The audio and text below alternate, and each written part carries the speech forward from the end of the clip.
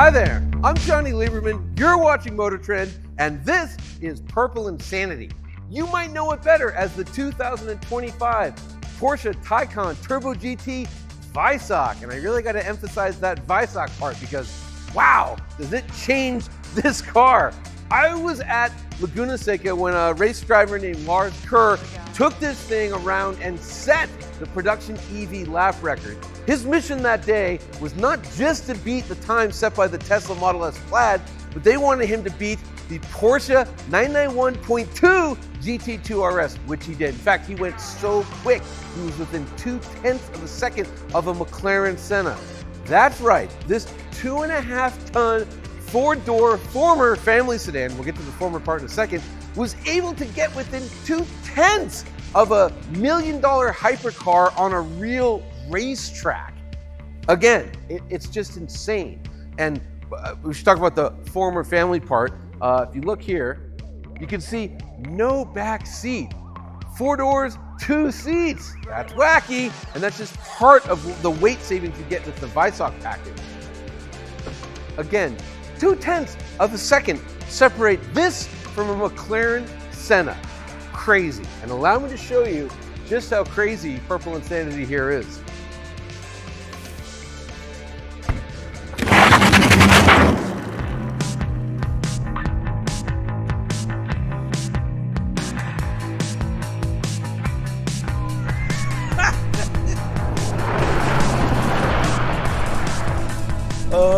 I would shout out my miles per hour, but I just go directly to jail. Holy cow! And it's not just that it goes fast, it's just how quickly it's going fast. Like, it's nuts. But before we get what it's like to drive this thing, we just got to talk some more about the car, some more numbers, some more insanity. First of all, these tires, they're P0 Trofeo RS's. They just stick like crazy. On really good pavement, it just sounds as if you're constantly hitting something, but it's just the tires binding themselves up. Then there's the power,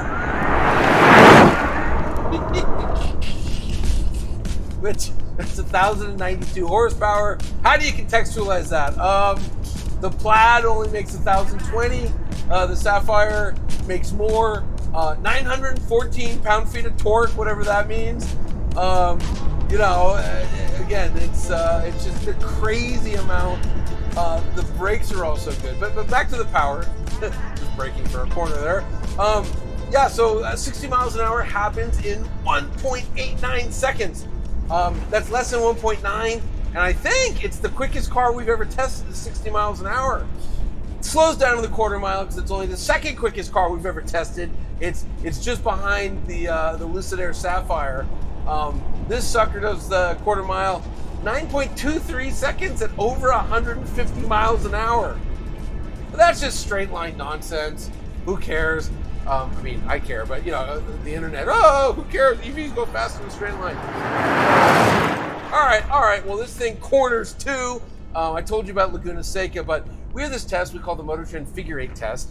And in the history of testing cars, there are 3 machines that are quicker around our figure 8 than the Taycan Turbo GT Weissach. And they are, see if you've heard of them, the McLaren 765 LT Spider, the Ferrari 296 Assetto Fiorano, and the Corvette, it's called the Z06 Z07. And then 1/10 of a second behind that Corvette is this. It's just like crazy, because that means that like every Lamborghini ever made, every McLaren except for that one, every Porsche, every, you name it, Gunther Works, I don't care, is slower around a handling course than this 4,911 pound EV. Put that in your pipe and smoke it! The way this thing just smokes a road, oh my God, it's nuts.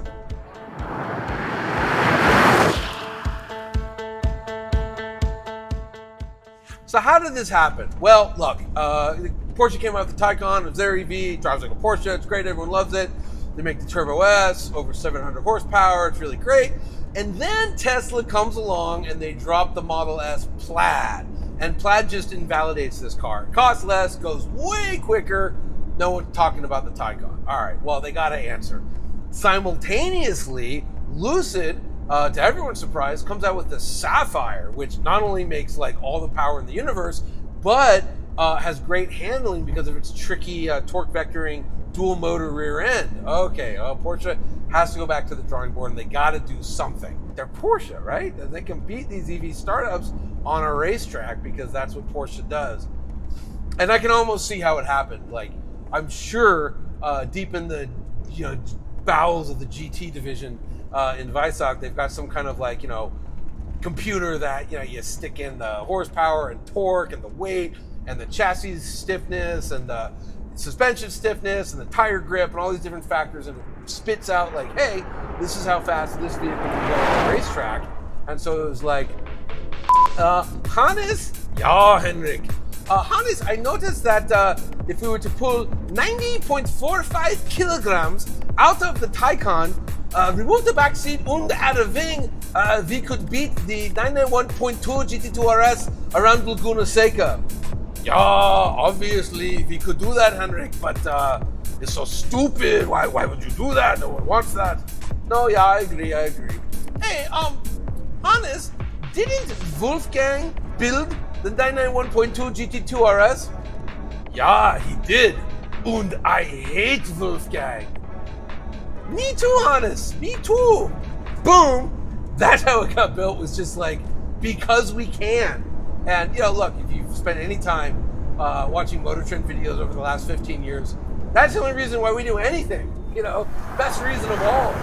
Why not?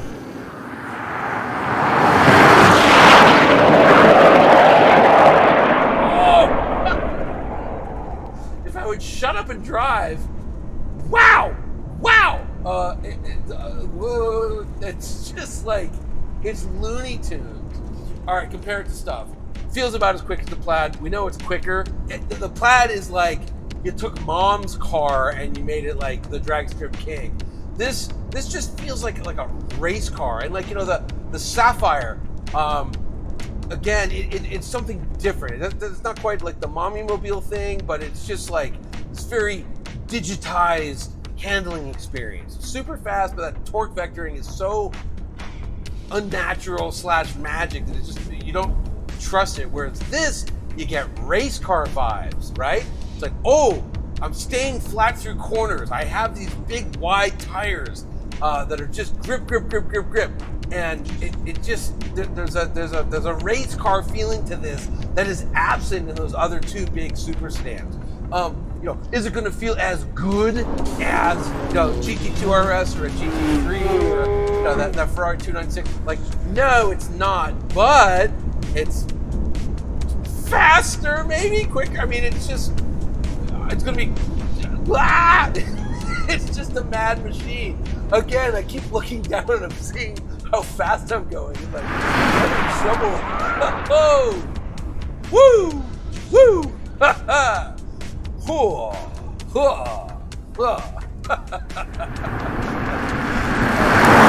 It's just insane. It's just insane how quick this thing is. Negatives. Well, you probably want a back seat. Although I really love cars, that have odd things like, 4 doors, 2 seats. That's brilliant. It's like I modded my Toyota GR Corolla. Now I've got 3 cylinders and 4 exhaust pipes. Like, love it, gotta have it. When you're on it, the range drops.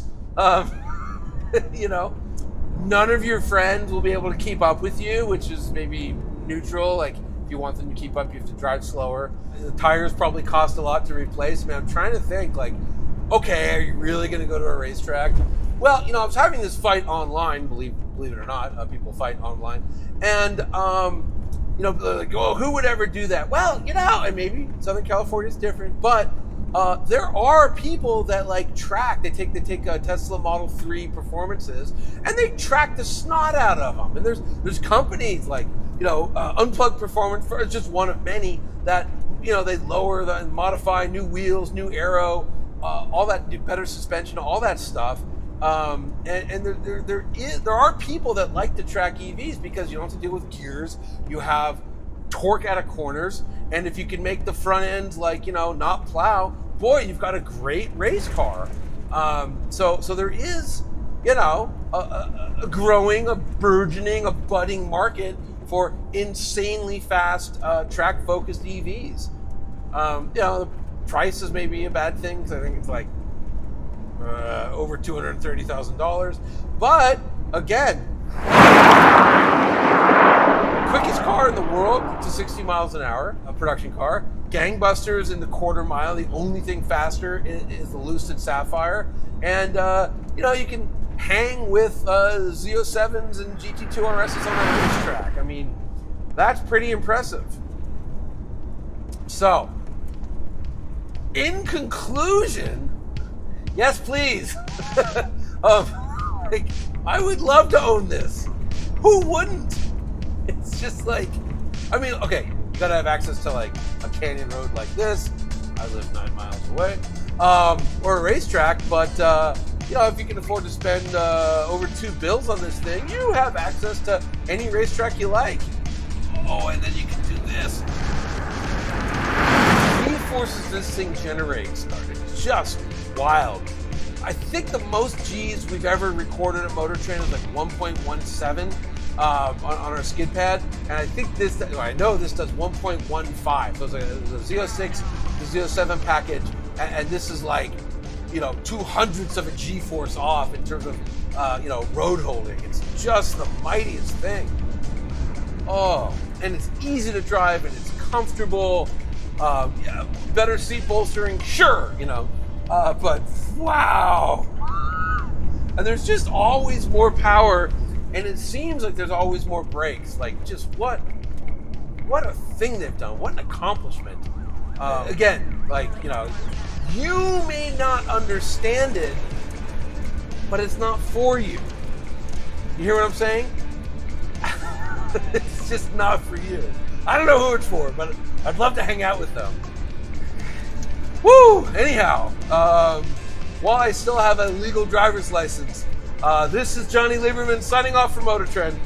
Thank you as always for watching. See you on the next one.